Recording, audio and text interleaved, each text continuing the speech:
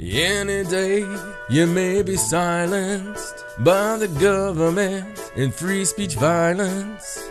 Every now and again you'll lose your friend, most likely in a white van.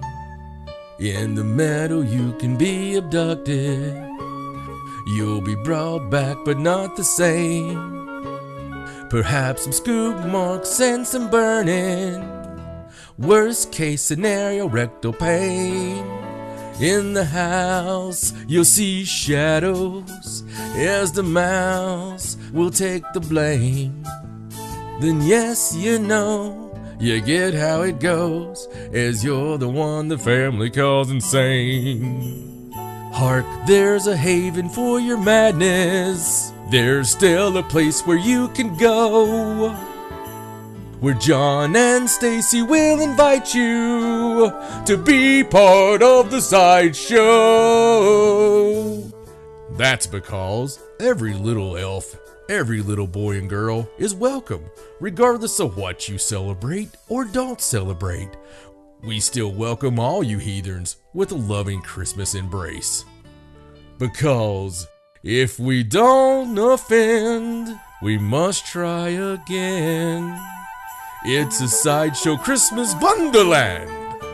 Ho, ho, ho, and welcome to the Sideshow Christmas Wunderland. My name's John Edwards, also known as Santa Claus, and joined as always by my smoking hot elf wife, Stacey. Hello. And we are all Yuled up. we are so Yuled up, I look like Yul Brenner. It is. You do kind of. I do. I know. Isn't that weird? Yeah, we just reacted to King and I. It's like we get bored in here. But hey, I hope you guys enjoyed the little treat there at the first. A little Christmas present from moi to you. Yes. As I'm in the Christmas spirit. You are. I am absolutely in the Christmas spirit.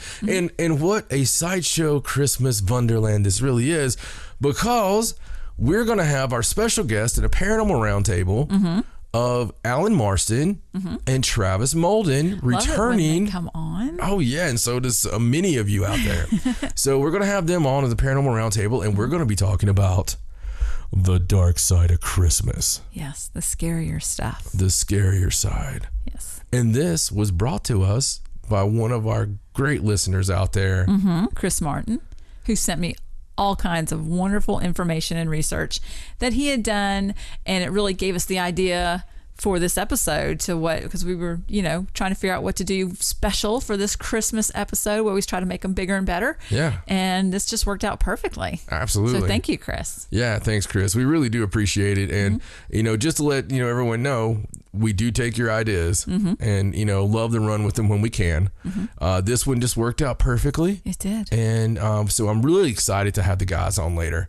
I'm sure it'll go off the rails, as it always does. Generally. But we're going to try to talk about the dark side of Christmas. I'll try and keep everybody in line. Well, do your best. do your best. We are completely prepared for Christmas. It's a little wacky. We're still, missing packages in the mail and getting, we got a 3 fragile things in a package today with something like 40 pounds.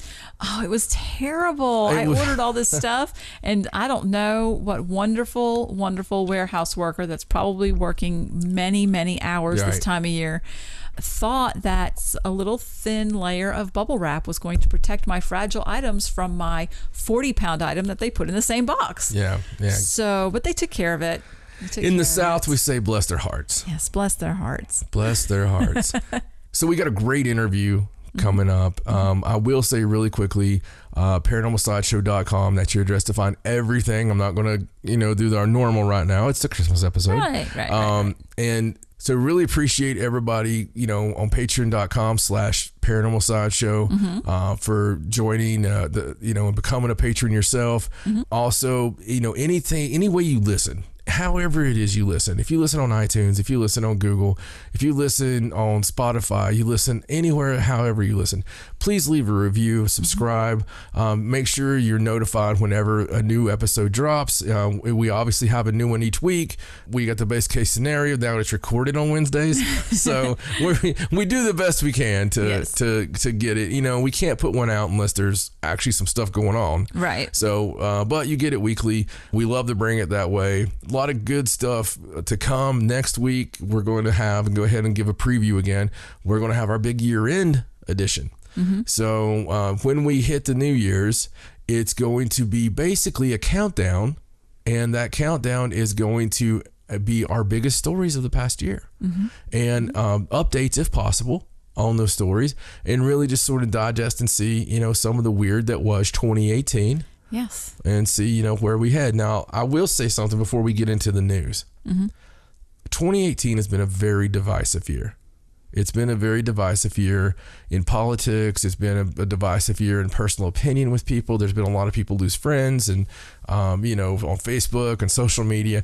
And Stacey and I stay completely out of that. We think that there needs to be places you can go where you're not being force-fed someone's opinion on the things that divide us. So, you know, I think that it's important to have these places that you go for. Yes, there's education here and there's learning here, but there's also quite a bit of entertainment. Yes. And being with the entertainment, we don't want to bog that down. I will say, and this is about as political as you're going to get from me on here, I will say that I really hope that in 2019, we come together as people, we come together on this planet, and we are able to spread some love, and we're able to spread some peace. I love each and every one of you like we are longtime, you know, elementary school friends, and it always means the world to me to hear from every one of you. I hope whatever you celebrate and however you celebrate or however you don't celebrate, just like I joked about in the song, but I meant that, whatever this time of year means to you, I hope that it's the best it possibly can be. Yes. And I know Stacey does as well. We love all of you, and you know, it's very important for us to say happy holidays, Merry Christmas to every one of you. And now, I think it's time for Paranormal News. She's the GOAT of Paranormal News, traveling the globe to find you the stories you didn't know you needed to hear, and the stories she knows you'll never forget.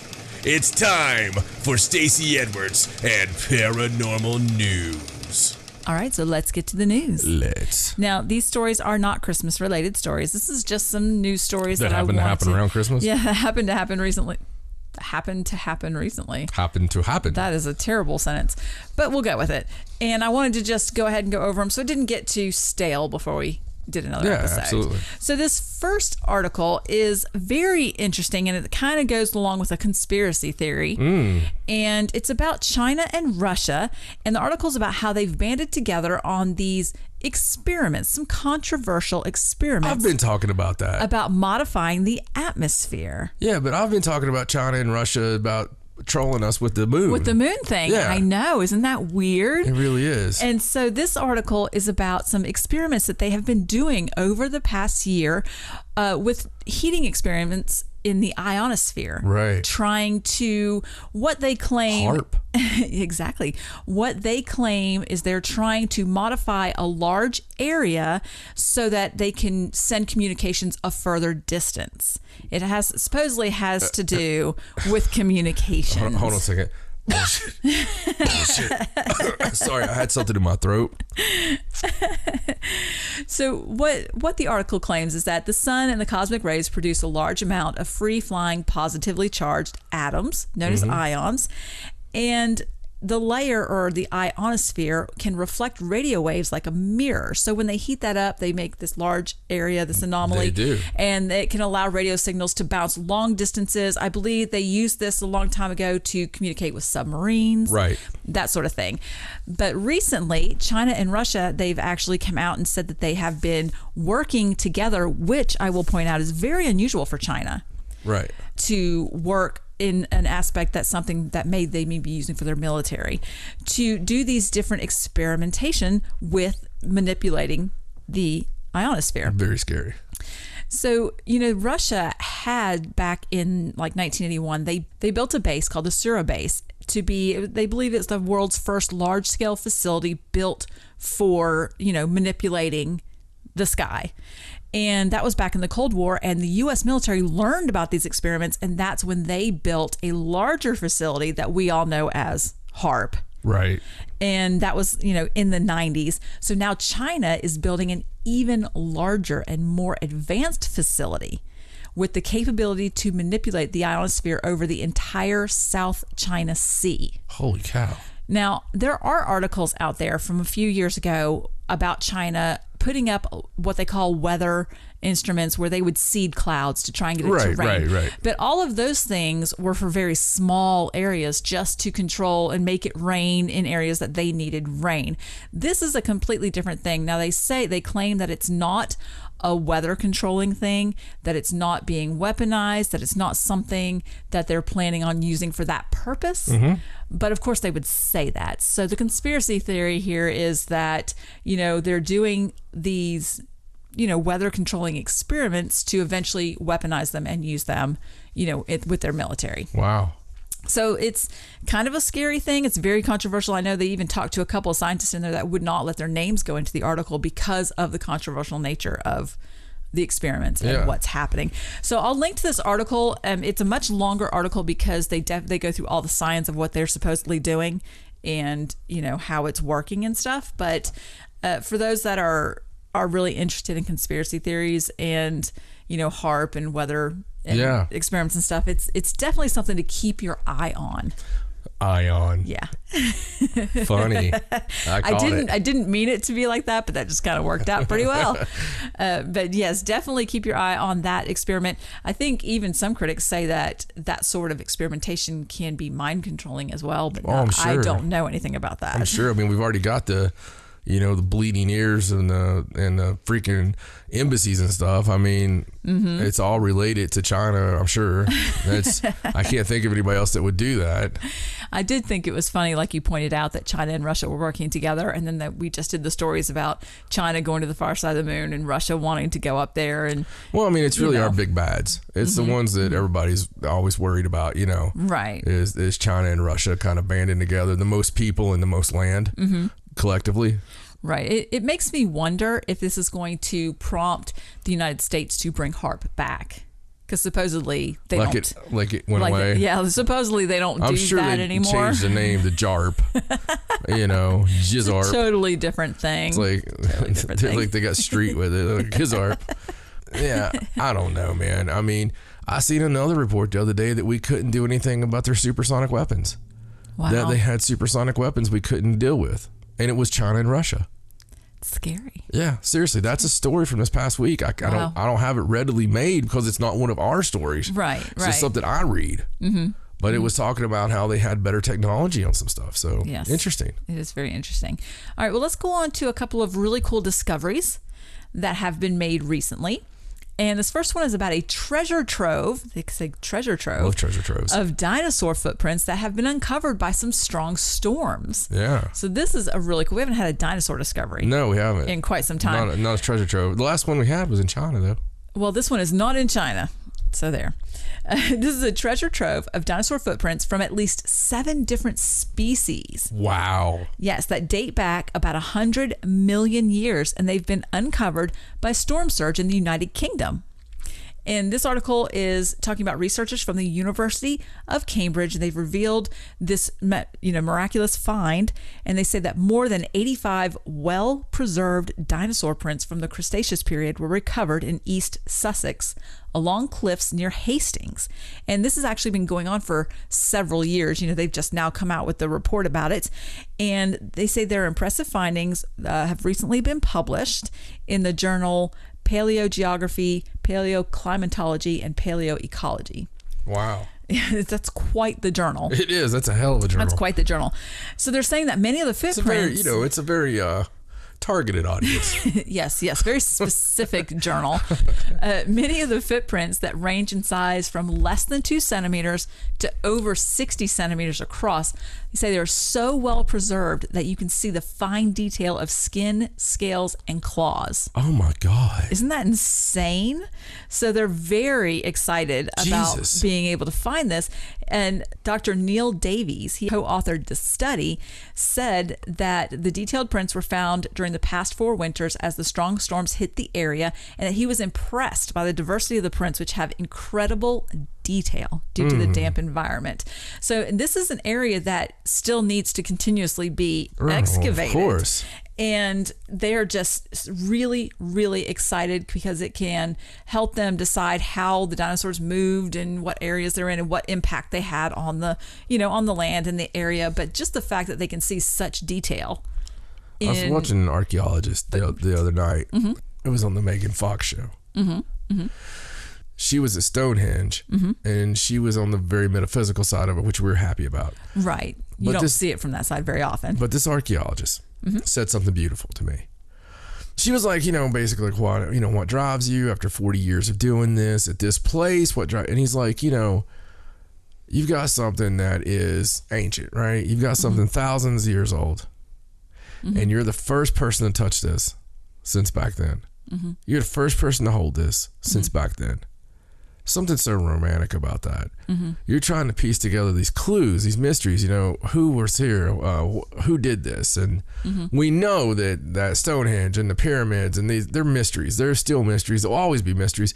Right. I hope not. I hope we really find it, but it's not some stupid thing they come up with, like an unladen swallow was able to pull the stones 30 miles. You mean an African swallow? Well, an African swallow possibly could do it. I mean, let's not be crazy. Not a European swallow. Not a European swallow. There's no way. But yeah, you know what I'm saying. It's just a beautiful thing, and it's a beautiful profession, and I love it when it's done. One thing I like about, you mentioned that show, one thing I like about that show is I feel like she is properly amazed. And when she goes to these places, I feel like she gives them their proper credit. She takes them in it, and she's properly overwhelmed and awed by what she's seeing. No, I agree. So a little update to our first story. Yes. I found my story. Oh, did you? Okay, good. So it's from December 18th. Oh. Recently. Yes. Very recently. So the U.S. says it's unable to defend against Russian and Chinese hypersonic weapons. Wow. The U.S. lacks the defenses needed to protect against a new breed of highly sophisticated hypersonic weapons from China and Russia, according to the Government Accountability Office.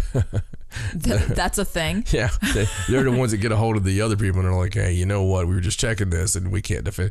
So here's a quote. China and Russia are pursuing hypersonic weapons because their speed, altitude, and maneuverability may defeat most missile defense systems. And they may be used to improve long-range conventional and nuclear strike abilities, the report said. There are no existing countermeasures. Earlier this year, the Russian military said it ran a successful test of a nuclear-capable hypersonic missile capable of sneaking through enemy defenses. Wow. The video was displayed by the Defense Ministry Sunday, showed a MiG-31 fighter launching a Dagger missile during a training flight. The ministry said the missile, which carried a conventional warhead, hit a practice target at a firing range in southern Russia. Russian President Putin said that the Dagger missile flies 10 times faster than the speed of sound, has a range of more than 2,000 kilometers, and can carry a nuclear or conventional warhead. The military said it's capable of hitting both land targets and Navy ships. The U.S. military has been busy ramping up its hypersonic weapons capabilities.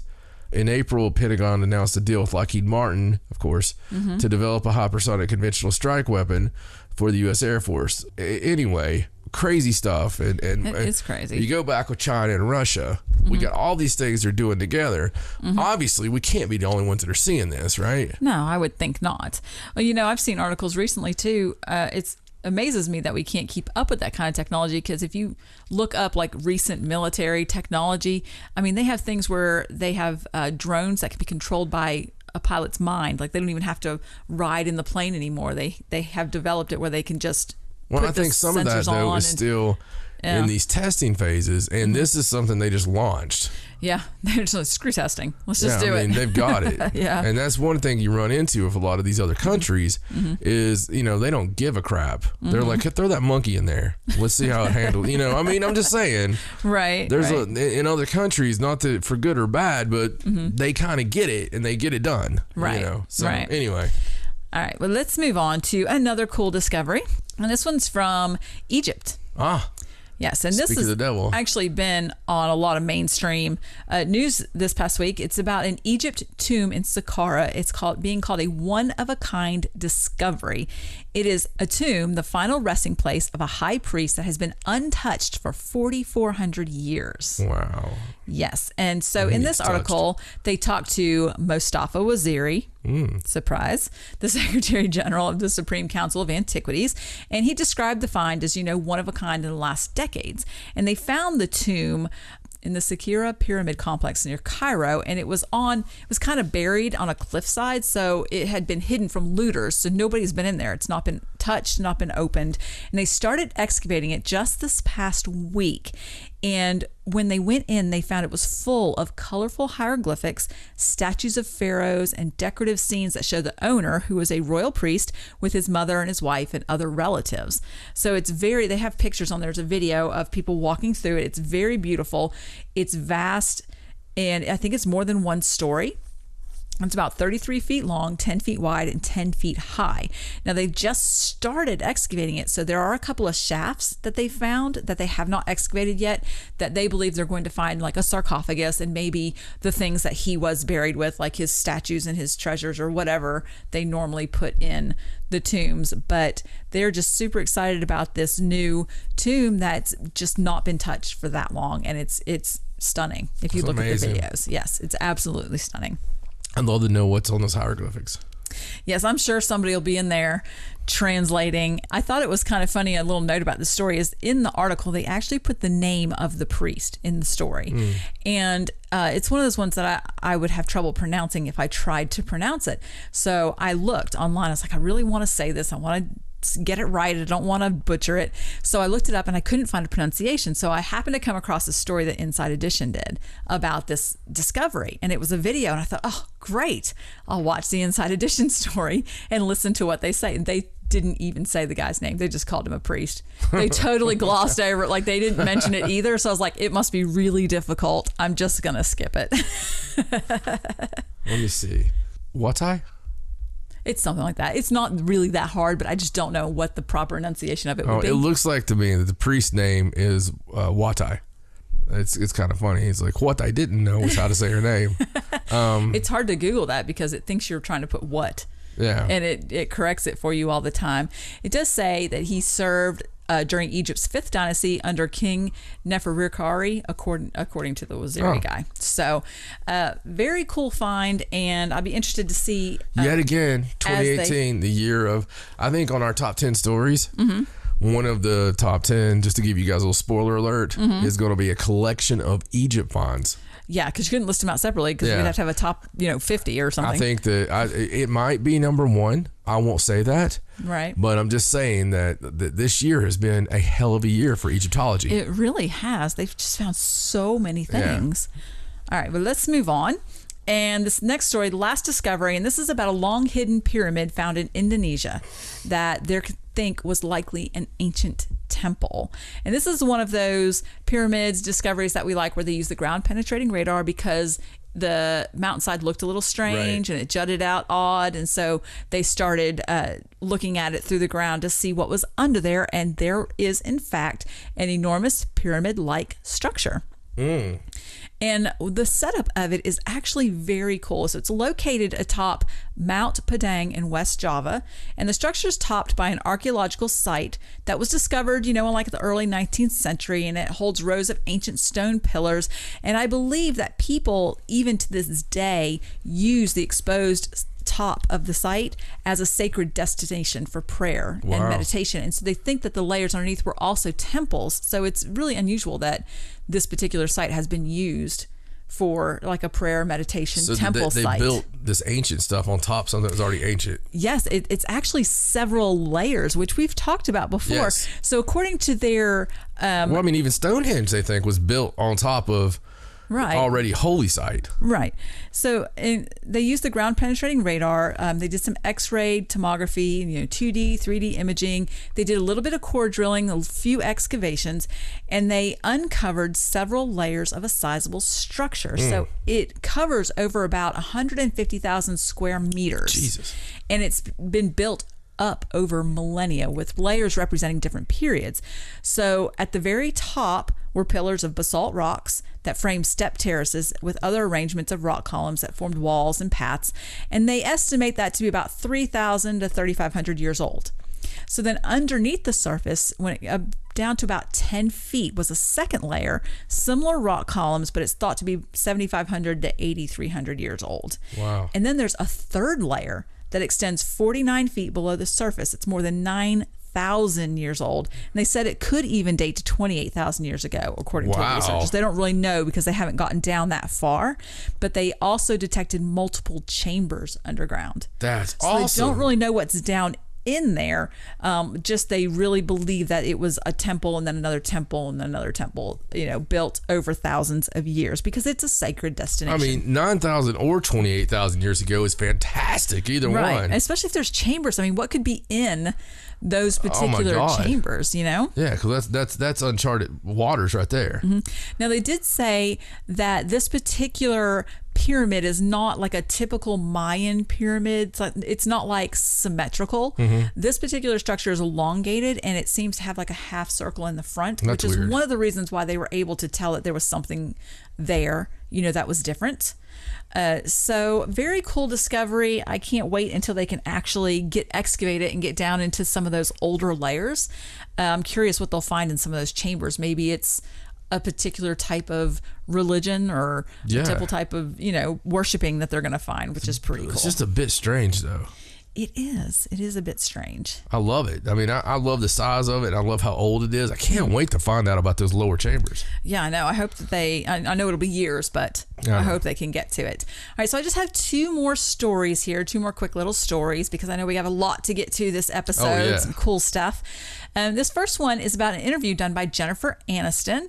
And, I always like it when celebrities come out and talk about their paranormal experiences.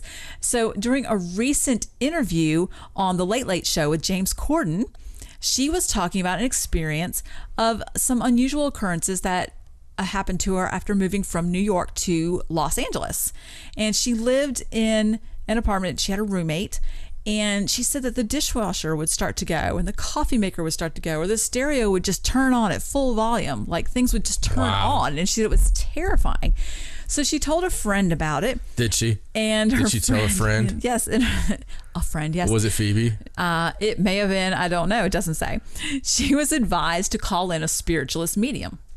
Like she called it a ghost. Sounds like an episode of Friends. It does. I'm picturing it like that in that apartment. Right. And it would be one of Phoebe's friends. So of course it would be, or Phoebe herself. So Rachel's sitting there talking to, what was Courtney Cox's character? Monica. So Rachel's sitting there talking to Monica, and then they'll Phoebe walks in and maybe doing something else. Like maybe she had been in there, but she left to go to a party. Mm-hmm. Did she come back because she had left her keys? Mm-hmm. I could just see this happening. Right. Looking for her keys, she overhears them talking about it. She's like, I can help you. Mm-hmm. And she's the one who would know, the spiritualist medium. Of course she would. I'm sorry. That's where my head's at. Continue. She'd come back with a spiritualist medium all dressed up in the garb and stuff. Pray continue. Okay, so when the medium arrived, they walked around the house with a dish of frankincense, and she said they were uttering as they went, I guess a blessing, that sort of thing. And according to Jennifer Aniston, the dish actually cracked on its own when they got to one particular corner of the room. So that's some heavy duty stuff they had going on. She said this article just says that the incident ultimately resulted in the actress moving out. Really? After she was told that the spirit had developed something of a dislike for her roommate. And they don't know what happened in that house after that, but they just found somewhere else to live. Wow. So pretty interesting. Everybody has a story, don't they? They do. Say it all the time. Mm-hmm. That one's amazing though. Yeah, I love really that crazy. one. It's always cool when you have, some people were like, I heard this or I saw something, but they had things being manipulated. Jennifer Aniston had a hardcore story. Mm-hmm. Mm-hmm. Maybe we need to console her. You think? I think it might be needed. I think she's probably fine and has moved on by now. You sure? I think so. I mean, that's part of what we do. we like to cater to people and make sure that they're okay. Right. I'm gonna have to put like consultations or consolabilities or whatever onto it. What would that even be called? Like we console the inconsolable. I don't. Consolers? I'm sure. Grief counselors. Oh, I think you're paranormal grief counselors. Counselor, yes. I want paranormal. I don't want to talk to somebody over something really sad. I want to talk about somebody because they got diddled in the shower by a ghost. Just putting it out there, people. You're gonna get some interesting letters this week. Okay. All right. So last story, and this one was just kind of a funny story. It's about Helena man who reported. What did you just say? Helena, Helena. It's a city. Oh, I thought you were telling me a story about a hell of a man. I swear I thought you said it's a hell of a man. He may be. I don't know. He reported being shot at multiple times by someone who mistook him for Bigfoot. Wow. How do you get a subtle hint that you may want to shave? It doesn't say. I was really disappointed because this article doesn't say how tall the man is or how he was dressed or anything. It just says that he's 27 and he reportedly was setting up targets on some public land, for shooting. And he said a bullet hit about 3 feet to his left and then another bullet hit to his right. Thank goodness this guy was a terrible shot. And he confronted the shooter who told him that, hey, you're not wearing orange. I thought you were Bigfoot. What the hell? So the man reported it to the police, and he said that the shooter was driving a black Ford F-150. He didn't get the license plate number, but the police went to the area to check it out. They couldn't find the guy, obviously. And, the man was like, I don't want to press charges. I just want someone to explain to this guy about, proper shooting safety and not to shoot at things that he thinks are Bigfoot. That guy was later seen accepted money from this guy's wife. Jeez. Or he had a 12-pack in his car or something. What if this guy really is Bigfoot? I mean, maybe. What if he really is and like he had to hide it real quick because somebody's seen? Somebody's like, hey, you okay? And he's like, oh, God. Yeah, I'm fine. Just absolutely fine. And I don't want to press charges, even though somebody shot at me twice. Oh, you know what? I know why the guy missed him. Because he's blurry. Yeah. Oh, my God. Shoot somebody that's blurry. That's it. This poor guy, he probably ate him. That's what happened. That's why they can't find him. That's why they can't find him. They're out in Redneckville, so they're like, what was he driving? Ford F-150. Really? Yeah, actually not 9 million. Really? We just had proof of real Bigfoot. Hey, the poor guy tried shooting him. Why do you want to shoot Bigfoot? He might be the only Why don't you buy him a coffee? Why do we want to kill Bigfoot? Buy him a coffee. God, it makes me mad. We've never seen one. We've never had. Let's kill it. Don't it upset you? Probably not quite as much as you, but yes, it should be. We should have a trap. We should have some kind of trap. You know what I need? What? It's a trap. I need this train to not come by, and I also need some Christmas goodies. So you know what? Let's get to our interview. I love these guys. Let's get to our interview. It's time to talk about the dark side of Christmas. Yay. All right, well, as promised, it's that time of the show where we're going to do a little round table at our square table. Yay. Isn't that cool? That's cool. Lift the flaps. Let's make it a round table.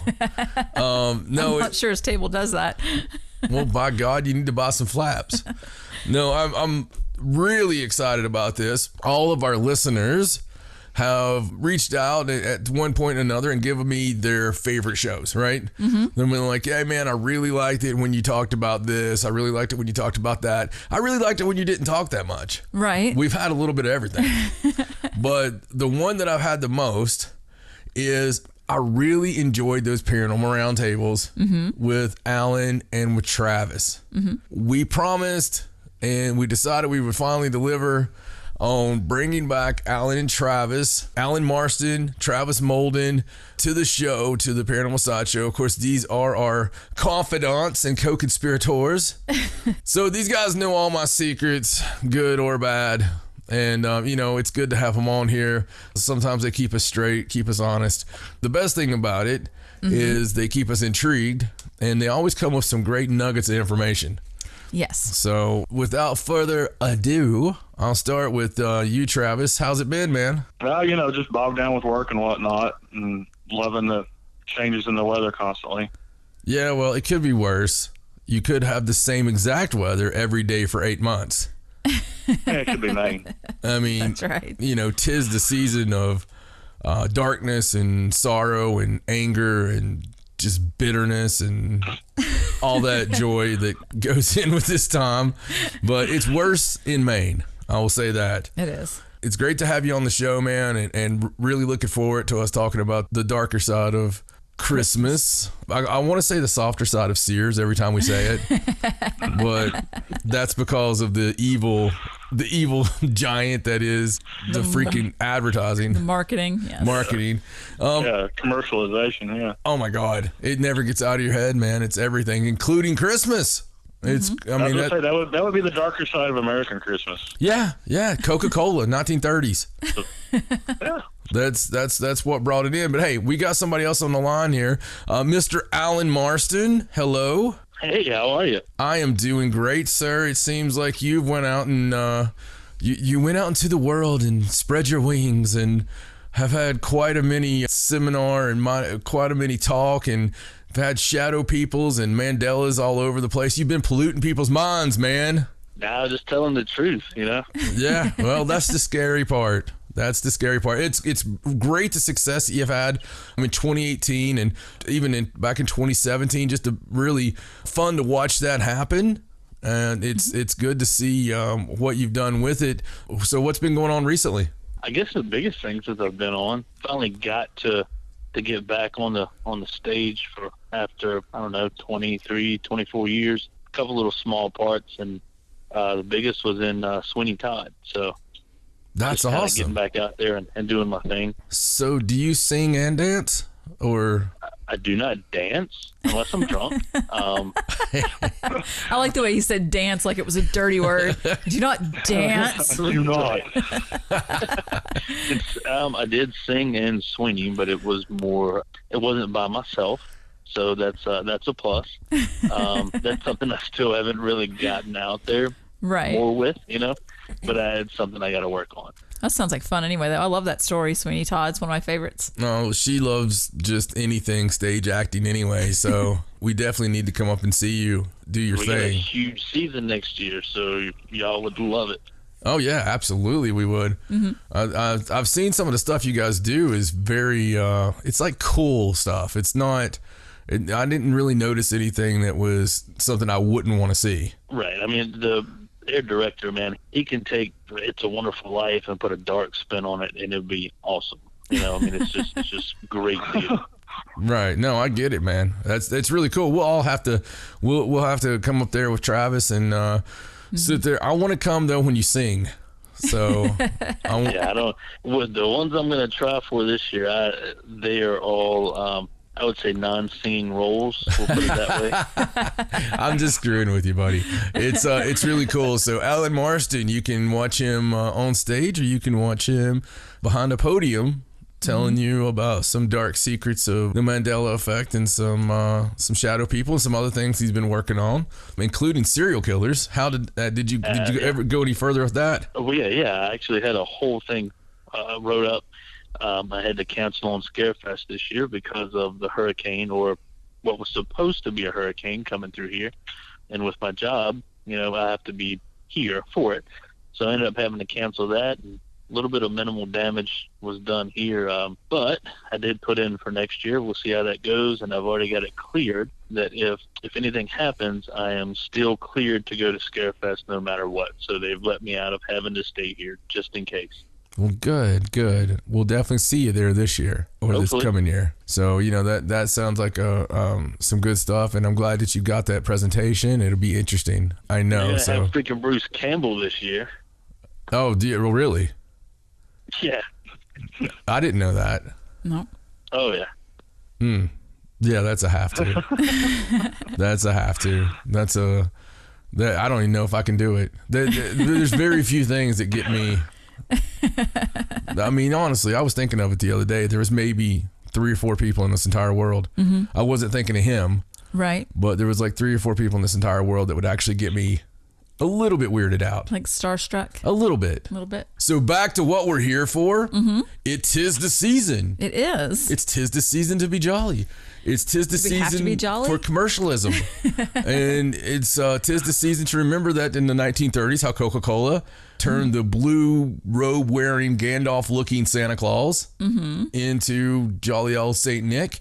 But it was kind of the Victorians who had a knack for screwing up old ancient folklore. Like, they just enjoyed it. They're like, what old folklore can we take and just really, really heave-ho it? And so they wrote 'Twas the Night Before Christmas in 1823. And in 1823, that was really where we got the popular version of Santa Claus with the 8 tiny reindeer. Right. They wrote the 8 tiny reindeer for that. And because some people have speculated that it was Odin, based on Odin. And I'll get more into that later myself. Right. On a few little Viking traditions. Okay. I know before in some of our previous Christmas episodes, we've talked the difference in traditions. But today, boys and girls, I have my friends with me because we're here to talk to you about darkness. We're, you know, the shirts and Spencers that have like the little kids playing the games, and they're like, where they've got the pentagram or whatever, and it looks like the 1950s Dick and Jane. Right, but they're doing horrible things. My favorite shirts I've ever seen. I love those. I want every one of them. But that's what it reminds me of right now. Right. It's like Dick and Jane, you know, find the Ouija board. So the guys have all selected something. That's how we're playing this round table. Right. And what they've selected is something that maybe you know, maybe you don't know. It's really the darker side of Christmas as we know it, because it's not necessarily a bad thing, but just a different type tradition in other parts of the world, primarily. And there's a lot of reasons for this. One of the reasons our traditions aren't quite as dark is our country is not as old. That's one reason, because, you know, we've been around a far shorter time than these other countries. And a lot of the time we were still filling up with the immigrants from these countries. Right. Until we have electricity, right? So we have this electricity, and it's no longer like the dark time of year and not quite as bad. But some of these old, you know, Germanic countries, you've got the winter was, I mean, what was the biggest thing you think they faced all year? Well, what's the worst thing you think that the ancient people faced? Well, obviously, if it's cold. Yeah, winter. And, you know, in my opinion, there was no beast, no man that was any worse than facing old man winter. Right. So during this time of year, obviously, you're going to have some dark.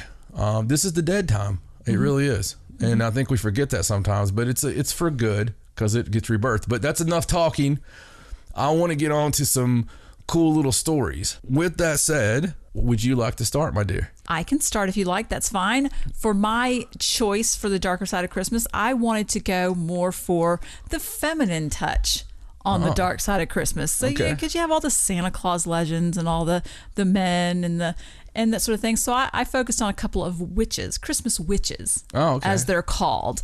Now I have 2 to kind of talk about, and one of them is not necessarily a dark and evil, but I wanted to talk about her anyway because she's still called the Christmas witch. I thought you were going to go with the gender fluid Santa. No, didn't even look that up. Not that there's anything wrong with that. Just saying. Well, I've got 2 different sort of Christmas witches, and they're sort of total opposites here. So the first one is one that comes from Italy. Okay. And it's called La Befana, the Witch of Christmas. Oh, cool. And she has kind of a cool little story. And her legend starts thousands of years ago, where the story is that Befana was a woman that lived in a little cottage, and some wise men came by with their camels. We all know who they were, and they were following the star to, see the. They were in Italy. This is just a story from. No, Italy. I mean that's interesting. But they were following the star and heading to Bethlehem, and so they had no sense of direction. It's just like, well, we went this way and there was water. We went this other way, there was water. We went down south, there was water. We're kind of hoping that we can go north and find land. We're looking for something. So when these wise men came by her cottage, as the legend goes, they asked her to come along with them. And as they passed through towns, these people were all following them because they all wanted to go see the baby Jesus. That must be back before child. It was bad to walk through Italy and say, when a couple of 3 guys show up at your door and they're like, hey, we need you to follow us. Now most people lock the door. Well, this old woman, Befana, she decided that she was not going to join them, that she was too busy with her housework, and she promised to join them later on, when she had time. So as the night went on the next day, she realized she had made this terrible mistake, that she should have gone. And so she grabbed her broom and she ran after them, but she was too late. And she didn't get to join them. The Magi were long gone. Oh, no. And ever since then, the old woman, who's known as La Befana, supposedly on the eve of January 6th, she flies from house to house on her old broomstick and delivers all the gifts that she didn't get to give to the Holy Child. To the baby Jesus? Yes, when she missed going with the Magi. That's the legend. So now, children today, they know her as a Christmas witch, and she flies around on her broom and she delivers presents to all the good children, and all the bad children get coal. Okay. Does that sound familiar? No, it does. It does. So let me just ask a couple of questions. Okay. That's what I do. Okay. And it's cool that she was going to give presents to the baby Jesus. Yes. But my question, so whoever, told this obviously historically accurate story, so there was a witch that the 3 wise men, the 3 wise men stopped at a witch's house on the way to see Jesus. No, she was just a woman. Right. And they stopped at her house. She's the Christmas witch now because she flies on her broom and delivers presents. So it turned her. It turned her into a witch. I mean, is that like a? They don't really emphasize that part of the story. That's just the legend, and she is considered. Was Jesus like, Christmas I didn't witch. get that Tonka truck? Enjoy your broom, lady. Perhaps.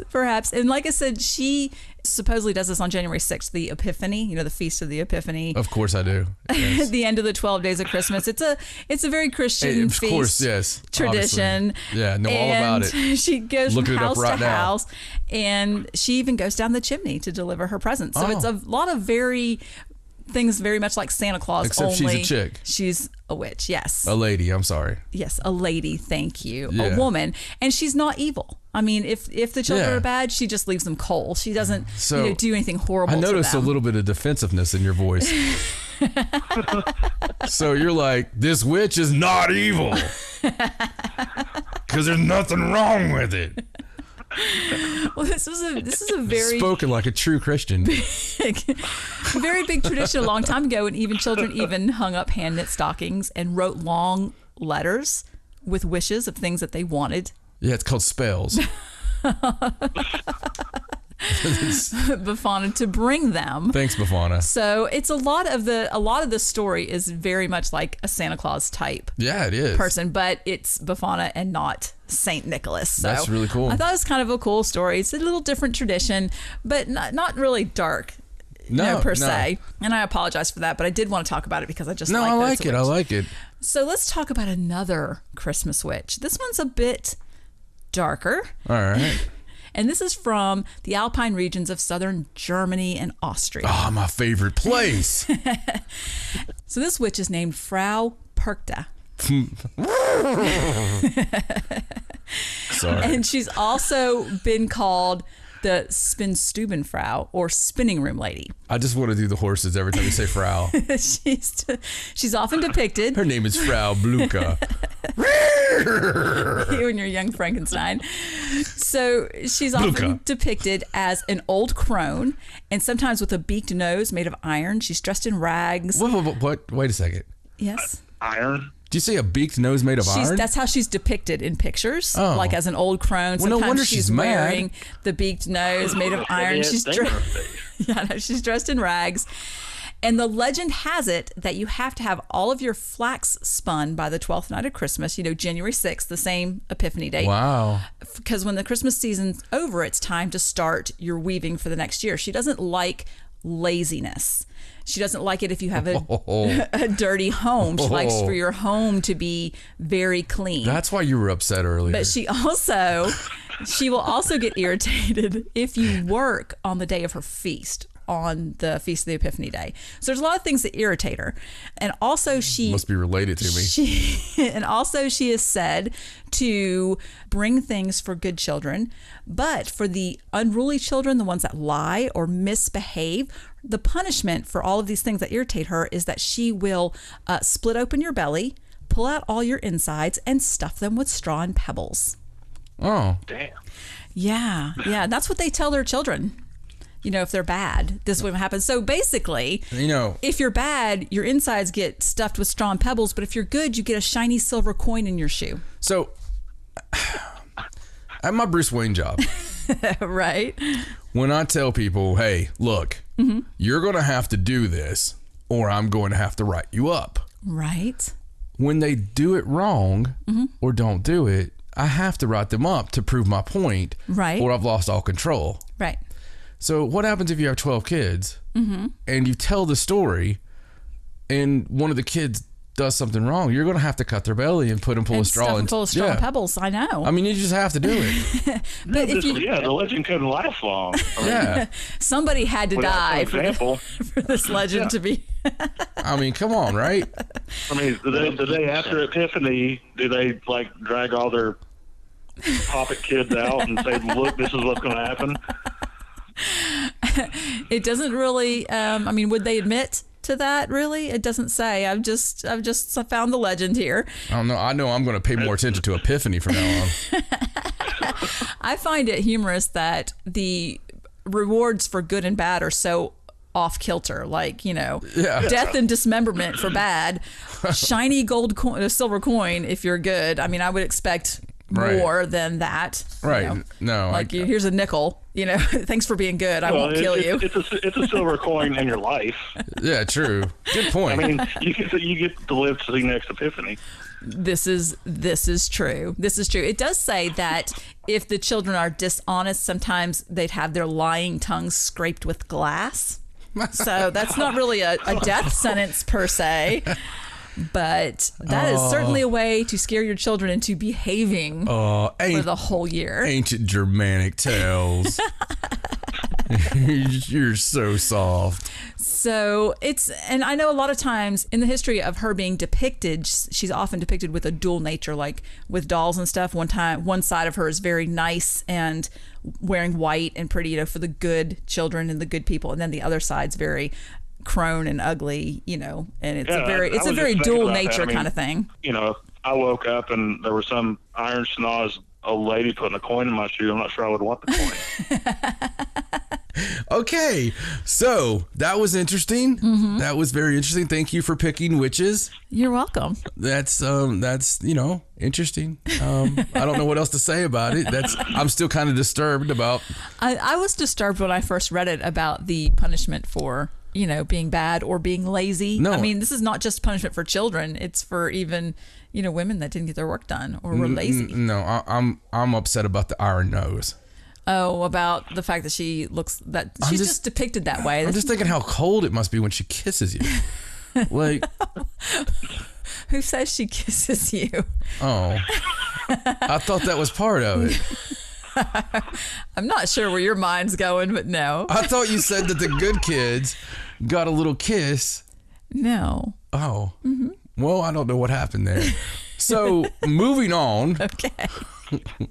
I'm going to pull up Travis. What are you talking about? I've got a witch too. Oh, cool. Great minds, Travis. Yep. Great minds. Yep. From Iceland. Oh, another great country. Yes. And this legend was so bad, the collection, they were so scary that at one point the government made a royal decree that people couldn't use these stories to scare their children into behaving anymore. Wow, really? Yeah. That's crazy. Yeah. That is crazy, especially Crazy for Iceland. For the government to step in and be like, look, you're tormenting your children. Yeah. That kid probably became governor just to, like, he probably, like, spent his whole life in hiding until he become president of Iceland. And they're like, what do you want to do today, Mr. President? Well, I was thinking of one rule. You guys can do what you want with the rest. Sorry, Travis, go ahead. Continue. No, that's fine. But the first accounts go back to the 13th century, and she went by the name Grilla, Gryla, which a lot of manuscripts translate as hunger because she was always hungry. And as Christmas approaches, she goes about looking for misbehaving kids. She's kind of got an omniscient quality, kind of like Santa Claus does. They gave the impression that she was always watching and always knew what you were doing. So, like, all year round, she knows who's been bad and who's been good, much like Santa Claus. But she goes around with this bag, and she picks up the misbehaving children and takes them back to her cave. Holy crap. Oh, wow. Like, she actually just takes the kids.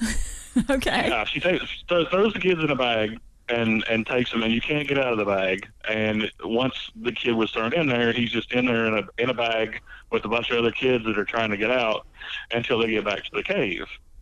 And then when she gets them back to the cave, she starts preparations for her favorite meal, which is naughty children's stew. Oh. Which is in there, children eating. It is said that she is always hungry, but that there is always plenty of food for her. Yes, misbehaving children. She's been depicted as having many heads. Sometimes she's got a beard. She's got fangs. Eyes in the front and the back of her head. Sometimes she's got a tail and hooves. Just a real monster. An ogre is what a lot of is pretty much what they call them. She's a Christmas witch, but she's a giant ogress. She's had 3 husbands. She beat the first 2 and ate them. The third one, the one that she's supposedly married to, I guess for however many thousands of years, just kind of hangs out in the cave. I don't blame him. He's like, whatever you want to do, honey. I'm not even going to get in that.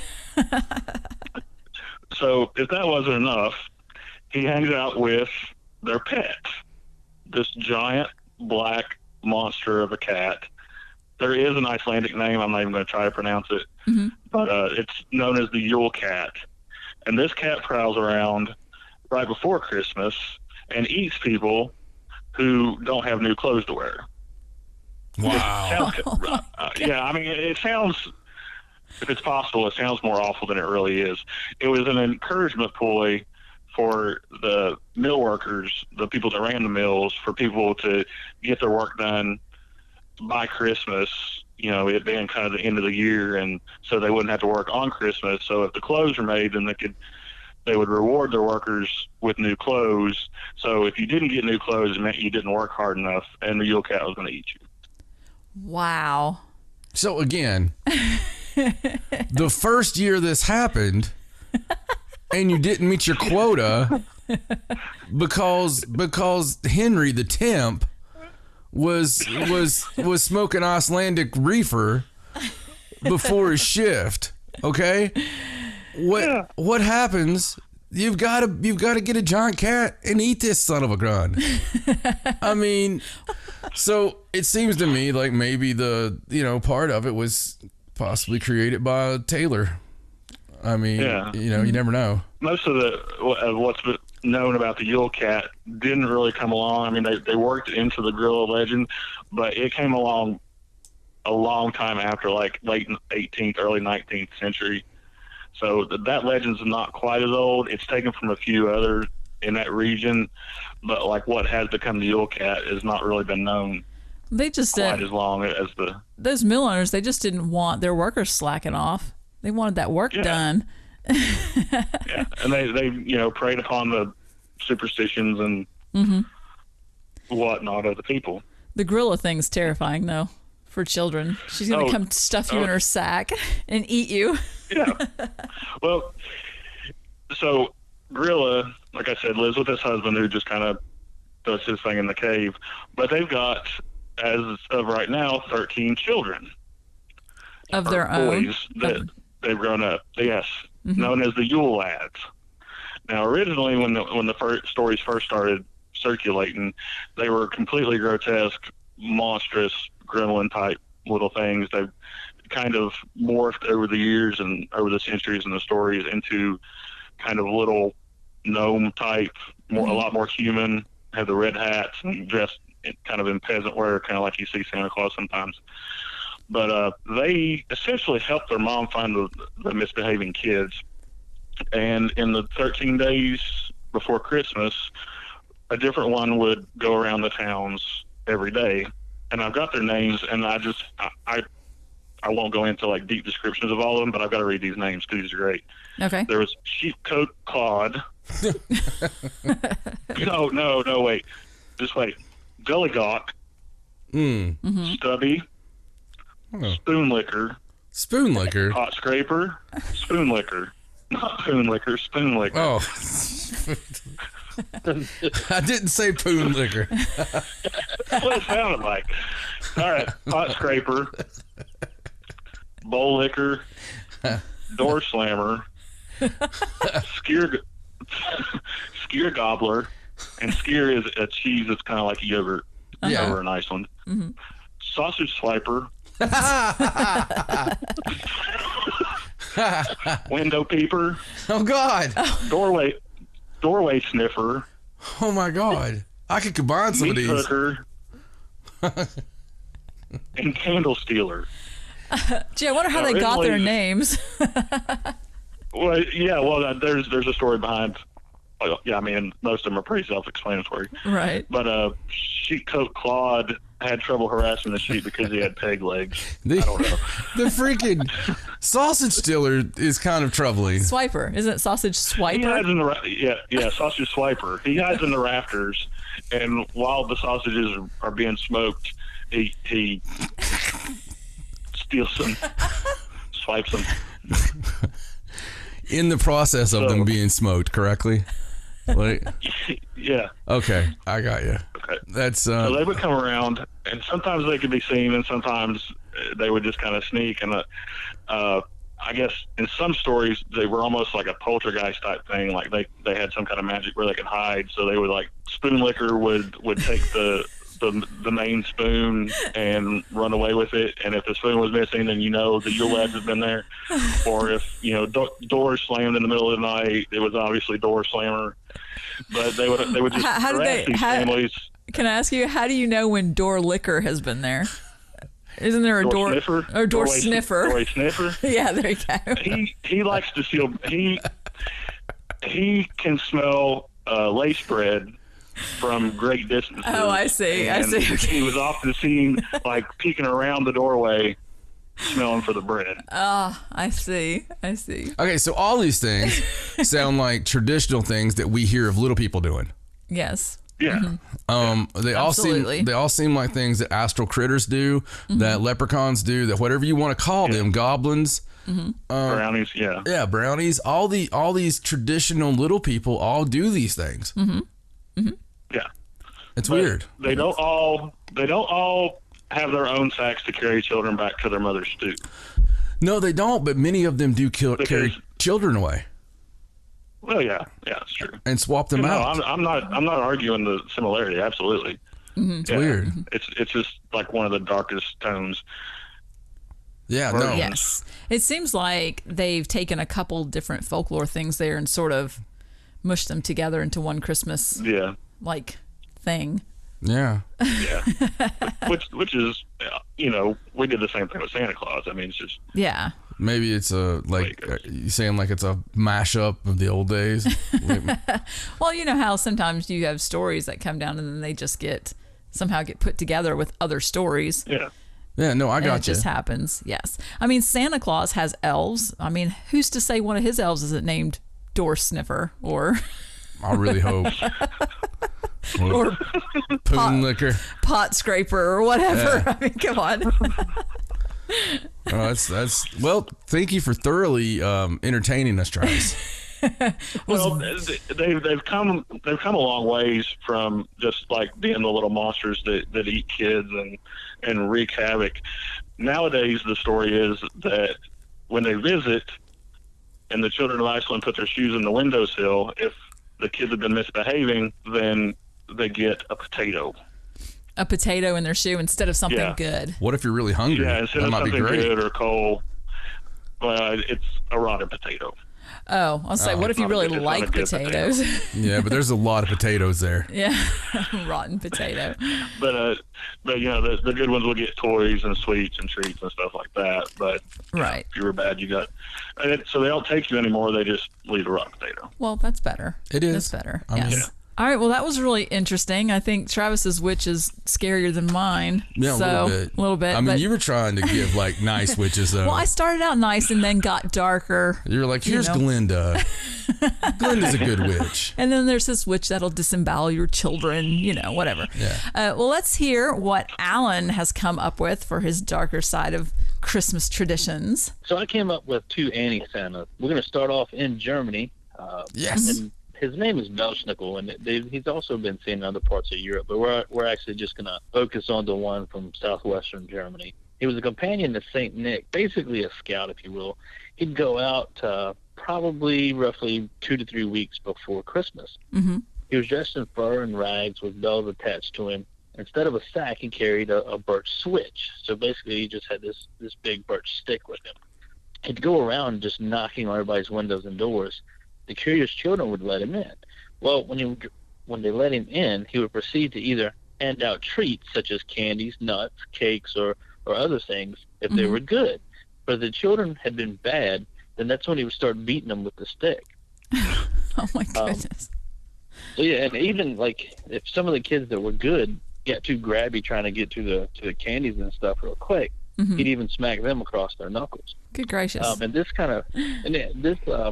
came over when they migrated over here to America. The Pennsylvania Dutch actually have carried on this tradition. And something that's pretty neat, I found out that in the Shenandoah Valley here in Virginia, they also have told of Belschnickel because of the Dutch and the Germans that had moved here into the valley, basically in the counties of Shenandoah, Page, and Rockingham. And they had this kind of a little, well, hell, it's a big variance on Belschnickel. They call it Belschnickling. So you get 4 or 5 of your friends. You'd all dress up in all these furs, masks, everything that you can, stuff all kinds of padding and things in your clothes so that nobody could tell who you were. So it would be like me, you, and John getting all dressed up, and we go walking down the street, and we end up at Travis's house. So if he couldn't guess who we were, then he'd have to bring us in. We'd all take our masks off, show him who we are. Then he'd have to feed all of us. Oh, he would be able to tell. Like if he did guess one of us, then we'd have to take off a mask and we proceed to another house. So that's kind of like the newer Belschnickel, I guess. I just like the name Belschnickel. Belschnickel, yeah. I could say Belschnickel all day. So I'm curious, when Belschnickel went to the house and the children would let them in, isn't letting strangers into your house a kind of a naughty thing? I mean, wouldn't that be make them bad children? Was it back then, though? Yeah. No, maybe not. Yeah, I mean, was it a stranger if it was Belschnickel? I guess maybe not. I guess maybe all not. The kids knew him, right? You know, I mean, if Santa Claus came to the house. True. God, that's terrifying. You know, yeah. That's so terrible. All right, so now we're going to move over to France. Basically, and if I get this wrong, I'm sorry, but the Alsace and the Lorraine regions of France. Looking at another anti-Santa, his name is Hans Trapp. He hands out punishment to bad children. The legend says that Trapp was a real man, a rich, greedy, and evil man who worshipped Satan and was excommunicated by the Catholic Church. Oh, wow. Oh. So, you know, what do? When they get excommunicated, they banish him off into the forest. Okay. Well, that kind of seemed probably the worst thing they can do because bit all problematic. These things started building up inside of him, you know? So he started to get the taste for flesh.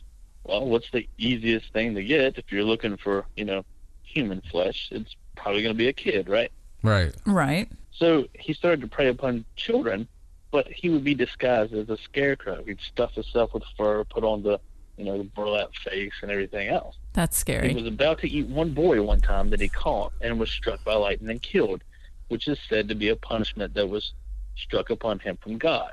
Wow. So even till now, they tell of a story of him visiting young children right before Christmas, dressed as a scarecrow to scare them into good behavior. Wow. Lord. I can't imagine somebody actually dressing up like that to scare kids. That would be really scary with the cloth face and everything. I'm terrified of scarecrows. No, that's some creepy stuff. I hate They're like one of my favorite things, but still, that would be kind of messed up. I don't know, man. I hate anything that has that has the humanoid look to it, but it's not alive.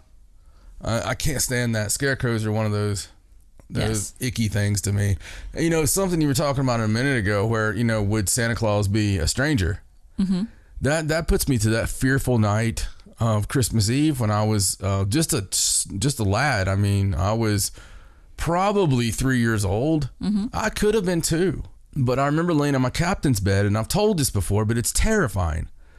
I was laying in my captain's bed, and I was in the window was right at my bed.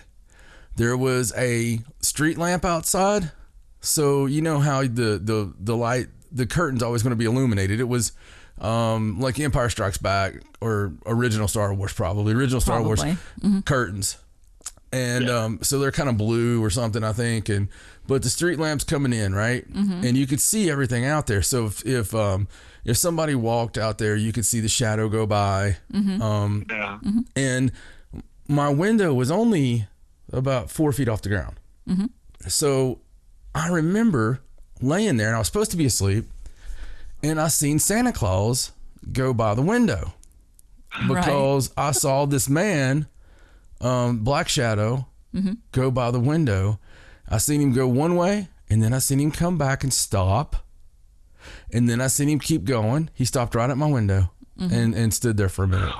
Oh goodness! And I remember it as clear as I'm sitting here staring at Stacey. I remember it that clearly. Now, I told my parents like the next day. I was like, "Hey, I saw Santa Claus last night," and it was like the traditional, how they are with kids in movies. They're like, "Oh yeah, okay, Johnny. Oh, isn't he sweet? Here, eat a pie." But that stuck with me my whole life. It must have been pretty traumatic for you to still remember that. It was around that time that somebody tried getting in our back door, and my dad was screaming. I have the memory of him screaming at the back door, and he was terrified, and he had a gun in his hand, and somebody was trying to beat in the door, much like my story I had years later. Right. But nothing ever came of that. It's just kind of weird, all that just kind of, how you have triggers. Right. That just sort of triggered that to me. Well, Alan, you're sufficiently creepy, man. That's pretty sure we all knew that anyway. Yeah, we did. Well, I feel like after listening to the stories that we've done so far, that something John said a couple episodes ago is probably true, that here in America, we just don't properly scare our children into behaving. Obviously. Right. Yeah. Obviously, we do not have scary enough stories. That's the truth. Well, our friend Dr. Nico down in Argentina, he was telling me about the stories they tell them, and they don't even need Christmas. That's just tell them about the stories. He's like just the stories walking around, man. He's like, it was like some dude hitting you with a kendo stick or something. I don't know. It was crazy. I'm sure he'll correct me. He's typing right now. It was not a kendo stick. He said a barbed wire bat. Terry Funk, you big sucking dog. Whatever. All right, so I don't have one. Every one you guys have talked about, I've never heard of. So John Tenney I could hear him growling now. Never heard of, but so this one is one that everybody knows because of the love of B movies and horrible B movies. Krampus. Krampus. Yeah, Krampus. Historians remain unsure as the exact origin of Krampus, the figure in folklore, obviously. But it's believed that, like Santa, Krampus predates Christianity. stemming from Norse and Alpine traditions and Germanic paganism. I'm telling you, Germany's a creepy country. I love Germany. Oh my gosh. Leave it alone. I especially love Germanic paganism. Anyway, and speaking of Germanic paganism, Krampus is a half goat, half demon, horrific beast. Yes. Bearing horns, dark hair, fangs, and a long tongue. He's good for a date. He comes with a chain and bells that he lashes about, along with a bundle of birch sticks meant to swat naughty children. Because obviously the dark hair and the fangs don't do the job. So he sort of does the same thing that the one Alan was talking about does. Kind of hits the kids with a stick. Yeah, the only problem is he's half goat, so it's kind of hard to get his hooves around the stick. But opposable thumbs, it's hard. Funny to watch. Krampus was created as a counterpart to kindly Saint Nicholas, who rewarded children with sweets. Krampus, in contrast, would swat the wicked children, stuff them in a sack, and take them away to his lair. Oh my goodness. According to folklore, Krampus purportedly shows up in the town on the night of December 5th, Cinco de Crampo, known as Krampenschnott, or Krampus night.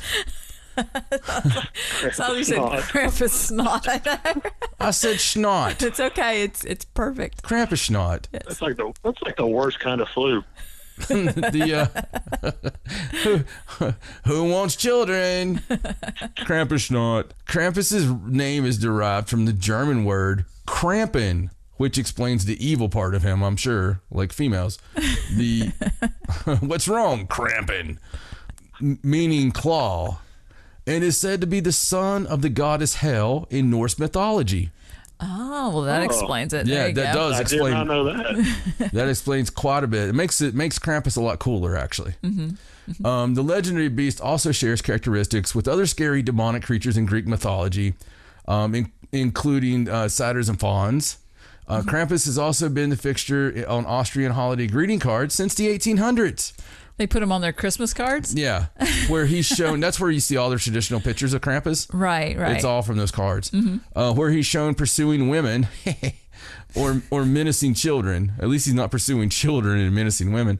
On the cards, Krampus traditionally has a long tongue that sometimes lolls halfway down his chest. Jesus. That is long. And sports one human foot and a cloven hoof. Krampus was recently gained popularity in the United States as people seek different ways to celebrate the holidays, and they're just getting sicker and sicker as they go. So yes, and of course, like you said, the B movies and the horror genre and the tongue. Yes, he is frightful. We ought to sell like the extension for the tongue and just be like the Krampus tongue. I'd like to have some of those. Have fun with your pagan. I'd like to have some of those old cards, like old original Krampus holiday cards. That'd be awesome. Yeah, it would be. I'm sure they're not hard to get. All right. So now we're going to talk about one that's probably a little bit lesser known than Krampus. This one is Kali Kanzare. It's a Greek Christmas goblins. Ooh, goblins. Yes. Kali Kanzare, they're mischievous Greek goblins, elves or gnomes that appear during the 12 days of Christmas. From the end of December until Epiphany, January 6th, these 12 days are known as the winter solstice. And in medieval times, Yule or Yuletide, Kali Kanzare are said to be small, black, and male, mostly blonde, with long black tails. They speak with a lisp and eat small creatures, such as worms, snails, and frogs. It sounds like one of my cousins. They do sound like goblins, though. Like they only come out at night and are afraid of the sun, fire, and holy water. The rest of the year they live in the center of the earth. There you go. Where they spend their time using a large saw, chopping down the world tree or the tree of life that holds up the world. At the beginning of the 12 days of Christmas, Kali Kanzare come up to the surface of the earth where they cause all sorts of trouble and mischief. Rather than being evil, they are considered impish and stupid. They come out of hiding at night to enter houses, find people that call them impish and stupid, probably, any way they can, through windows, down chimneys, through keyholes, any cracks they may find in the walls, around doors.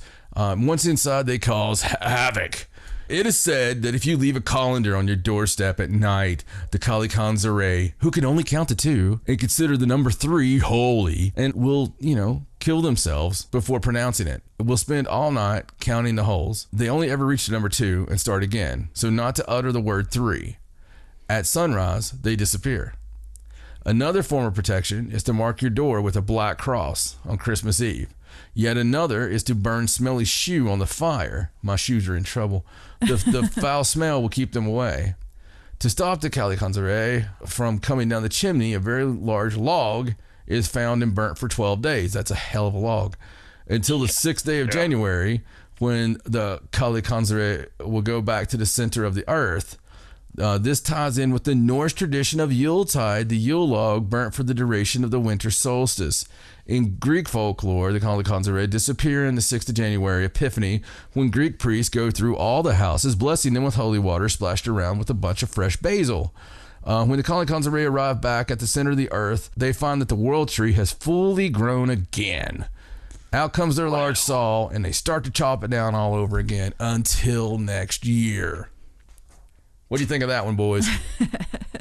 Kind of makes you look at garden gnomes differently. Yeah.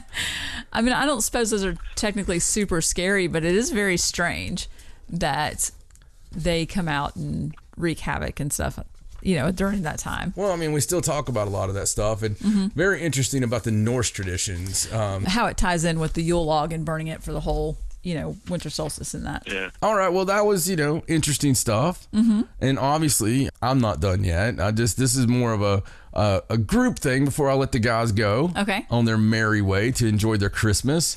Or their scary Christmas. Yes, or to not enjoy their Christmas. However, we don't judge. We were just talking about the Norse tradition, and how close that goes with some of the Krampus stuff. And right. It seemed to pop up in several of those. And some other things that popped up was the same kind of traditions, like a different name, some of the same fears, some of the same creatures, really, which, again, what do you always find with these unconnected people? You always seem to find similar things, don't you? Right. And I think the overall theme was the same, be good, get something good, be bad, horrific death. It's kind of the same theme. Yeah. Well, it's not really scary stuff, but some of the stuff that really goes with Yule to Christmas in correlation would be, and of course they did that on purpose to sort of get Christmas, give Christmas the rub. Right. Get it going. But carols and caroling, though they were almost certainly of a very different character than our own Christmas carols, the Norse sang Yule carols. Nordic children would wear masks and go door to door among their neighbors singing carols. We know about that one. Right. Which I think is really cool. Nights of magic, magical creatures, and holiday miracles. The Vikings believed that the time around Yule was magical, especially at night. As in Celtic Samhain, the barrier between our world and the supernatural world was the thinnest. Spirits could travel the forest and the fields. Elves, dwarves, and other beings were active and could become involved in the affairs of humans. These various spirits and beings could sometimes bring blessings or justice to humans who needed it and who showed them their due respect. Our Christmas imagery of nocturnal magic, such as in the Nutcracker or in the spiritual journeys of Ebenezer Scrooge, are stories from much later times, but their feeling and themes would have been perfectly similar to those of the Vikings.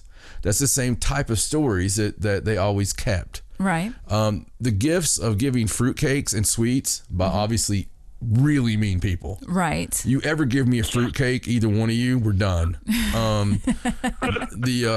God, I hate fruitcakes. God, I hate fruitcakes. Okay, tell you what. All the thousands of you that listen every week, I want a letter from everybody who likes fruitcake.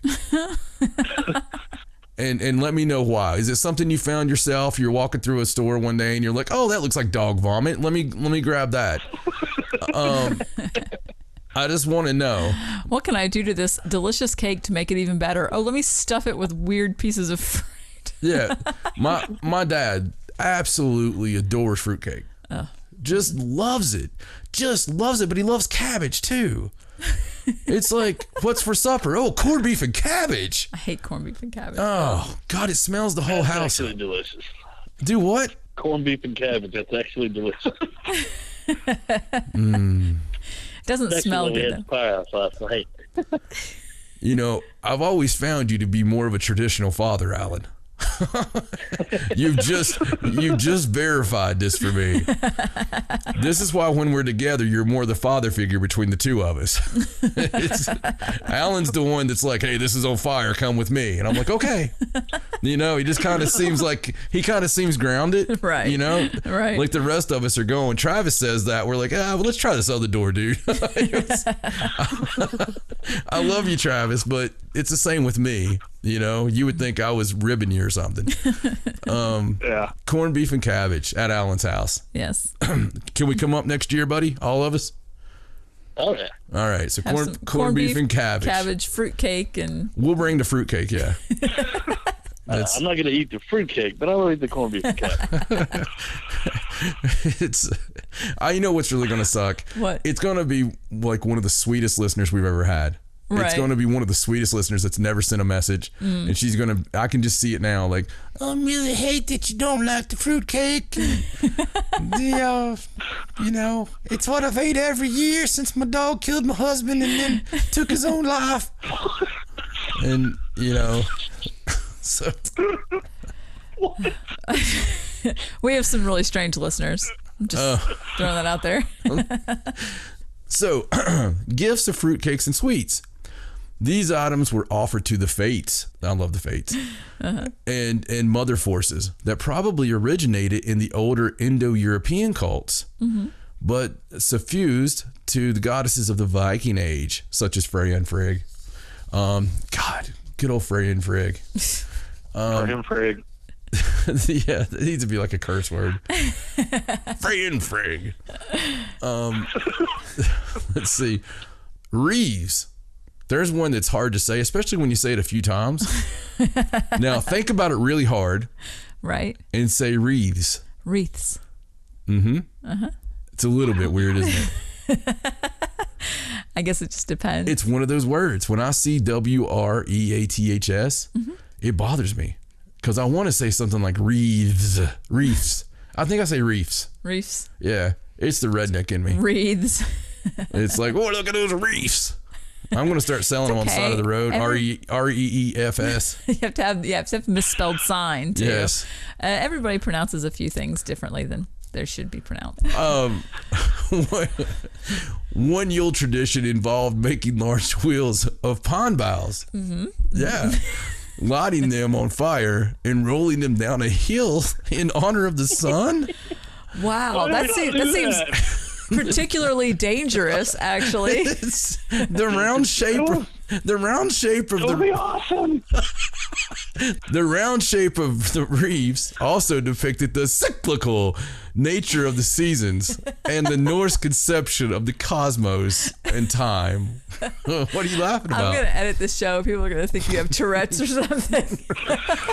For those of you who are listening to the edited show right now, I'm going to let you know, and I'm keeping this in, I had a couple of problems with a few of the words. It's been a long week. Yes, so the next time I have trouble pronouncing something, I will make fun of you. Yes, I know you will. I mean, I have trouble with cyclical. You have trouble with Guam. It's a little bit different. So the next one is Yule Logs. At the Yule feast, Vikings would burn large logs of oak inscribed with runes for good fortune for the coming year. Right. Oak is the hardest of the woods, and so these logs would burn long and hot throughout the night to gladden the feast, to chase the darkness away. That is awesome. See, that is one that I want to do this year. I want to burn some runes into the log, and then we'll burn the Yule log. Okay. That's pretty cool. Okay. Drinking. Here's one for you, Travis. Christmas and New Year. What are you trying to say? Nothing. Christmas and New Year are the main times of year that conspicuous drinking of alcohol becomes more socially acceptable. The Vikings. Yeah. The Vikings He's celebrated. made Travis's year. The Vikings celebrated Yule with nights on end of drinking mead from long horns. I wasn't aware that Vikings had a problem with conspicuous drinking. No, they just didn't. At any time. Yeah, sometimes they drink out of the skulls of their enemies. Wow. I love that. I wonder if that changes. That's the I wonder part. if that changes the flavor of the ale. I don't want to kill people, but the one thing that we miss about being able to kill people, is, those buttholes at work, that the ones that everybody has one, the ones that just really get on your nerves. Right. Wouldn't it be nice to spend the holidays drinking wine out of their skull? I mean, you're not like looking for an answer there, are you? Well, I'm just saying it was a simpler time. It was back in that time that maybe, I don't know, Johann the Viking was sitting there and was just like, well, you Skizgard, I was thinking about that one Christmas song that we sing, and I believe it's offensive. The one we sing praising Odin. Maybe I like Loki, and you're praising Odin, and then Johann would reply with, yes, but it's not really about that, is it? It's more about the whole Yule tide, and we're kind of enjoying it, and you're sort of putting a damper on it. So I'm going to bash your skull in now and drink mead from your head. Skull. I mean, you know what that would probably prevent? What's that? The complaint about the song. Probably. I'm just saying, and I'm not tying that to anything in modern day, because you're perfectly Strictly just an example. because it's perfectly okay to feel however you want to feel about anything. That's how we believe. Yes. Okay, mistletoe. Loki, the god of mischief and misfortune, murdered Balder, one of the most beloved of the gods, with a spear made from mistletoe. Yes. The mistletoe berries later became a symbol of love in the epilogue of the same story, hence the tradition of kissing under it. Balder's death was also supposed to lead to the rebirth after Ragnarok, in keeping with the theme of Yule. Christmas trees.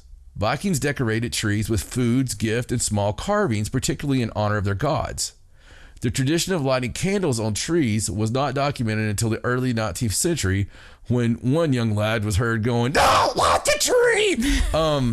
And we can hope that the ever practical Vikings had better sense than that.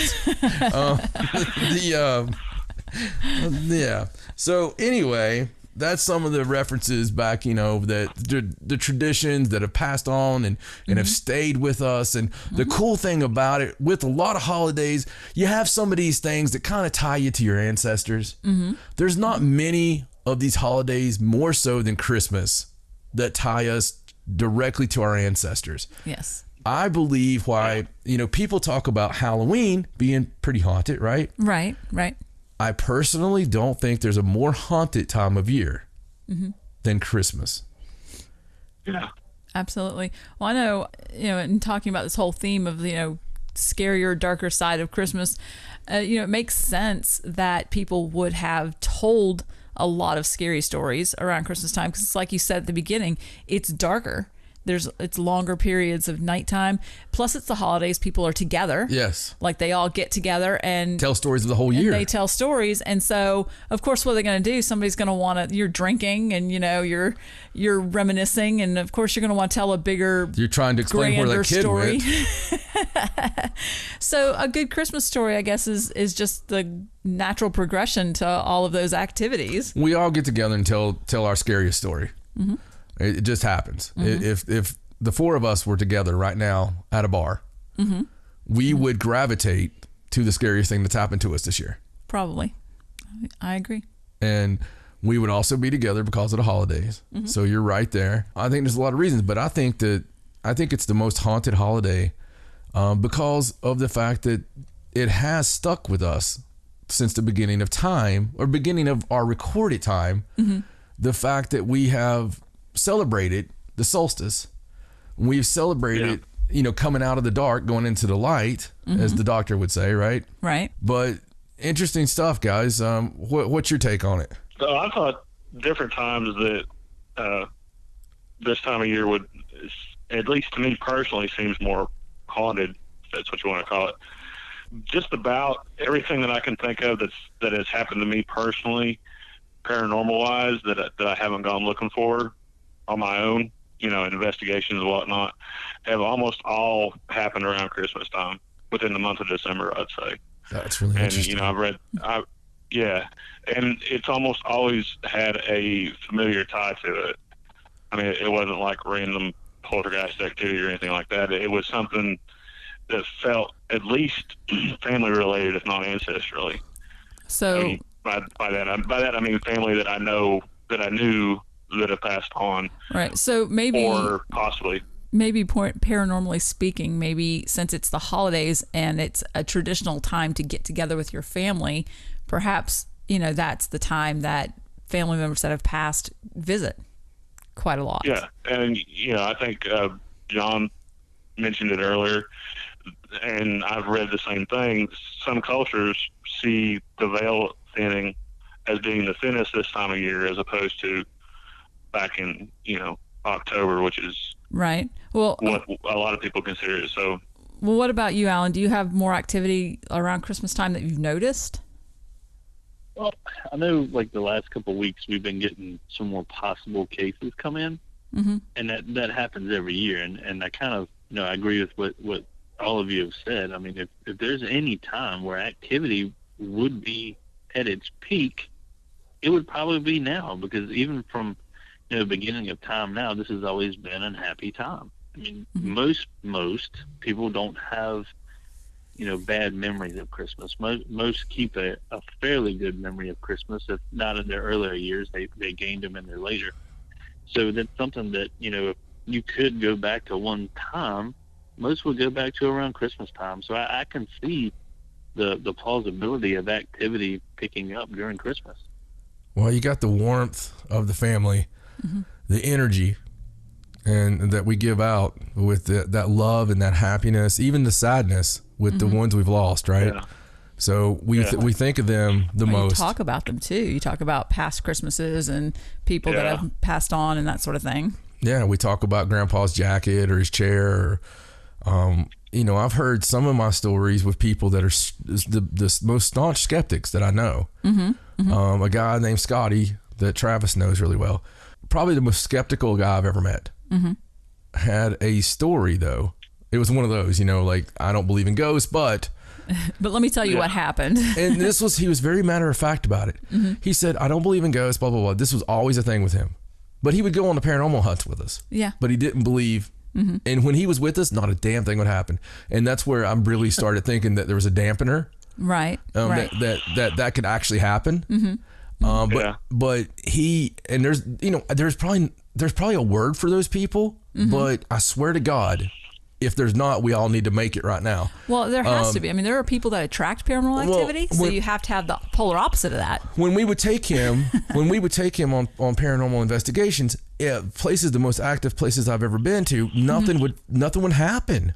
And I really truly felt that there was something around him that dampened it. Maybe his spirit guide didn't want him to have to see anything. I don't know. But back to the story, he told me, real matter of fact, one afternoon, he's like, yeah, I've never had anything happen. And I guess if I did, it would be different. But we get together at my grandmother's every Christmas.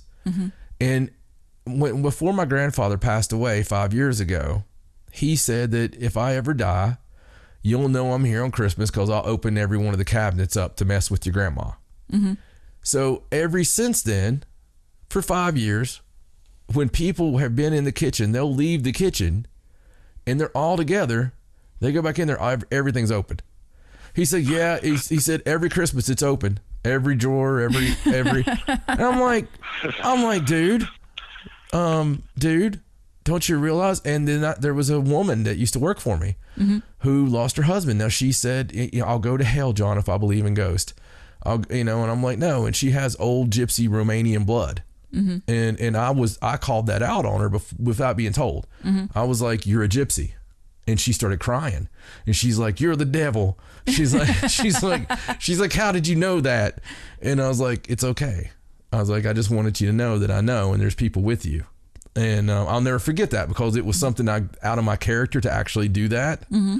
But it was really strong. Mm-hmm. And she told me, she's like, I don't have anything happen, but on Christmas, you know, my husband appeared behind me and he was there for a second, you know, and then gone in the kitchen. It's like, I love people, but it's funny to me that sometimes they don't look at this family member as being there, as being a haunting. Right. You know, I noticed Travis a while ago had a problem saying haunting. Mm-hmm. Maybe spiritual. Maybe it's a spiritual time of year. Right. I don't know, but I do see that. And Travis, I'm curious, not to get too personal, but your birthday is also right around this time. So yeah. Do you think that plays into it at all, or?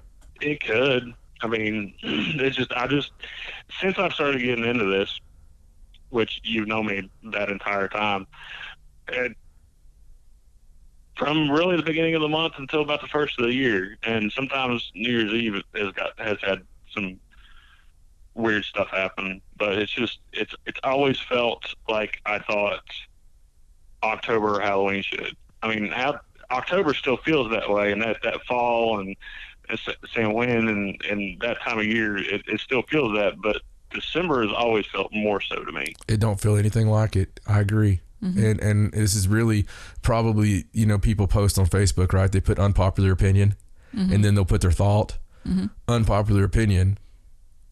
Christmas is way more haunted than Halloween. Even the activity in our own houses has ramped up a bit. Oh yeah. Yeah. I mean, this month. And so, and I'll wrap this up after this, but for the last several years, I've had a severe anxiety problem. Mm-hmm. And I didn't used to have it anyway, but around Christmas, the last few years, I've not been able to go out. I've not been able to do anything. I've had a horrible time around Christmas through the dark. And so I finally seen that holiday thing that people have. Of course, we were in Maine. Right. And it was very, very dark, and it was dark at 3:00 in the afternoon. It was harder in Maine because the snow and it's dark longer, and you couldn't just go out places, and it was hard in the winter there. But I finally have the empathy for people around holidays and the darkness and stuff. But so I'll go around the table here and see if anybody has anything they'd like to add. Travis, is there anything you'd like to add? Or no, I just hope everybody stays safe over these holidays with all I know I'm going to be out on the road and bunch of other crazy people that might or might not know how to drive. But everybody just be safe, get into your families. Yeah, take that how you want. Great message. Yeah, everybody just be safe, watch out for the other guy, and enjoy your families. Yeah, that's awesome, man. And you know, a Merry Christmas to you, and I'm sure we'll talk quite a bit before then, but nonetheless, you know, really appreciate you coming on, and for both of you this coming year, this has to be a more regular thing. Like I said, you're both highly in demand from our listeners. So I'll turn it over now to Alan. Alan, anything, any closing thoughts or anything you'd like to add? The biggest thing is I just want to wish everybody a happy holidays, and to, you know, just pretty much, you know, take hold of what you have now, because you don't know how long you got it. Just enjoy it while you do. Absolutely. And as Alan said, be on the lookout for Alan Marston. And you know, Scarefest, really just anywhere on the East Coast. I would definitely try to keep up with him. I guess the Facebook would be the easiest way to keep up with you, Alan. Or yeah, I have a Facebook page. It's the Paranormal Side of Alan Marston. If you want to check it out, search it. You should be able to find it. If not, find me or John, and I'll send you a link to it. So what we'll do, we're going to post that on the website. Yeah, I'll post a link for it. We're going to post a link for Alan's Facebook page, and we're going to also share it on our social media sites. So that way we'll be able to get it out there a little bit better. Alan's a very smart person, as is Travis, in the paranormal. We joke around a lot, but the reason these guys are in my inner circle is because if they don't know it, they'll find out about it. They'll research it. They're deep thinkers, both of them. And I only allow in certain people. Stacey and I only allow in certain people on this type of research. And the reason is it's not always fun to be with us on research, because we also are very thorough. And so when we're actually doing the investigation, it's very important to us. But Alan, Travis, thank you so much, and happy holidays to both of you. Love you both, and from me and Stacey, you know, we wish you the best and a great coming new year, and we'll all get together for an investigation before June. We definitely have to get together for something. Yes. Right on. Sounds great. All right, well, that was fun. Yes, it was. Travis Mouldon, Alan Marston, Eminem, as I like to call him. Really? Why do you call him that? Mouldon and Marston. Oh, sorry. I was thinking Travis and Alan. I was like, how do you get Eminem out of that? Well, I was going to call him TNA. Yeah, I think Eminem's better. I thought Eminem worked. I think Eminem's better. I hope you guys enjoyed it as much as we did. And again, like we said at the first of the show, I'm not even going to shill this week. You know the details. I'll shill again next week. Me and Stacey just had, you know, our wonderful anniversary, our 20th anniversary last week. We're going to have a beautiful Christmas with our family. I hope you and your loved ones have a best holiday time, and I hope you're listening to us on the car rides to the family. I hope you're introducing us to your cousins and some uncles and stuff. Just spread the word, spread the love. That could be the best gift we could ever get from you guys, is share it with some friends and share it with some family members you don't like too, because that's always fun for us. But for my lovely wife Stacey, I love you guys. Merry Christmas. Good night. Hey guys, if you like what you've heard, please check out ParanormalSideshow.com and follow the links for our weekly podcast. Also, become a Sideshow off yourself and pick one of our killer levels on our Patreon to help support the channel and help keep us bringing you bigger and better content. So until next week, for my lovely wife Stacey, I'm John Edwards. So long and stay strange.